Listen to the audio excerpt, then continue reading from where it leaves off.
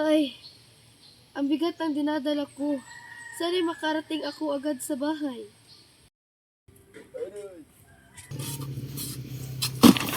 Tulong! Tulungan niyo ako!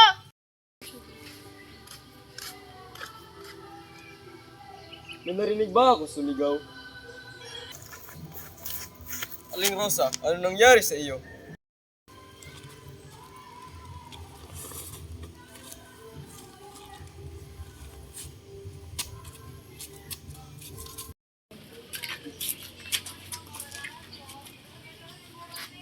Huwag kayo mag-alala, Aling Rosa. Magaling din po kayo. Salamat, Bacanor. Wala na po akong ibang kamag-anak. Nag-iisa lang po ako dito.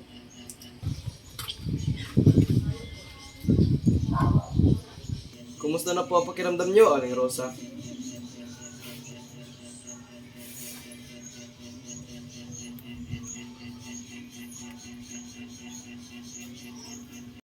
Maraming salamat, Bacanor. Medyo masakit pa rin ang paa ko. Huwag kayong mag-alala, Aling Rosa. Mabuti na lang at narito si Lita. Nurse po siya, kaya alam niya kung ano ang gagawin sa iyo. Kailangan mo pong dalahin sa ospital para magpa-check up. Salamat sa iyong dalawa. Mabuti na lang at nandito kayo. Walang anuman, Aling Rosa. Ako, Lita, napakabilis ng pangyayari. Mabuti na lang at agad kayong nakarating. Oo, may tao na naman tayong natulungan. Huwag kang mag-alala. Huwag mo nang iisipin yun.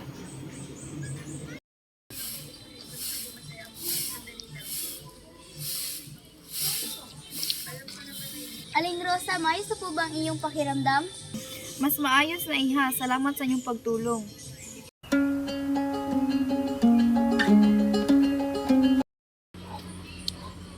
Bacanor! Bacanor!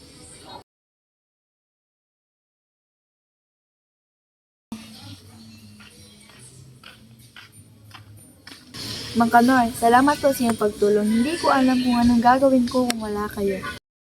Walang anuman, Aling Rosa. Basta tandaan nyo, lahat tayo ay dapat tumulong sa ating kapwa.